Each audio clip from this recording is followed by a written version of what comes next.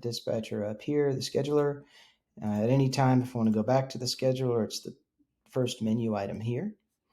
I can see in my dispatcher, I have resources and I have jobs that are scheduled to those resources.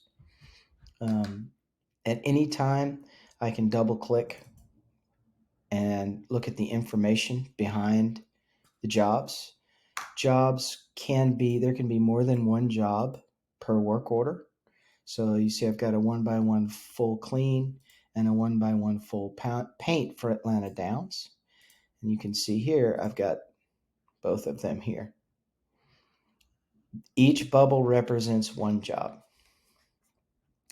Up here at the top, I have a way to group my resources. So right now, I've just got Joe Painter and Marie Cleaner, and I've segmented them under cleaners and painters.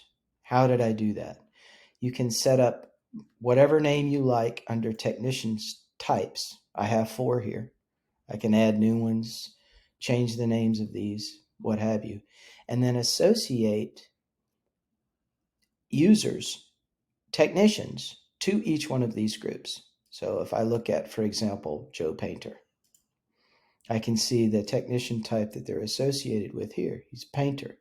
So when I go to scheduler and I look at painter, I should see him in that list and not in the cleaner. This gear represents preferences. I can either hide Saturday and Sunday, as you can see. The left and you've got previous and next button here. You got your flyover context so you can see what these are. This allows me to scroll through weeks back and forth. This is a new post-it note for the scheduler. So maybe I've got, let's say, for example, Marie. And Marie wants to go on vacation between the 16th and the 17th. I save. I'll see a white bubble that represents some sort of information for those 2 days. I have plus, which means I want to add a new job, and I could select through. I can also drag and drop new jobs. This represents a queue where all of my new unassigned jobs are located. I happen to have one here. I can drag it up to Friday. And there we have it.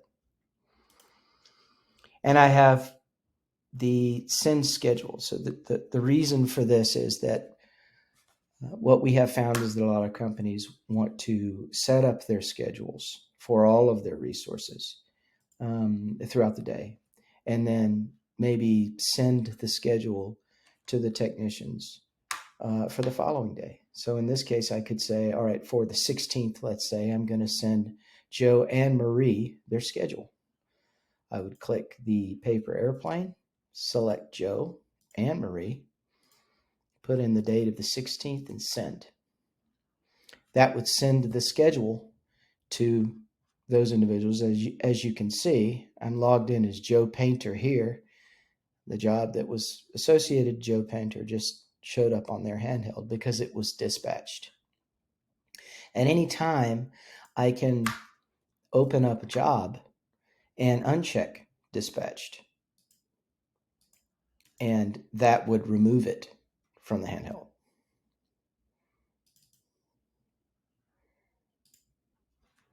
There you have it. And that is resource scheduling in a nutshell.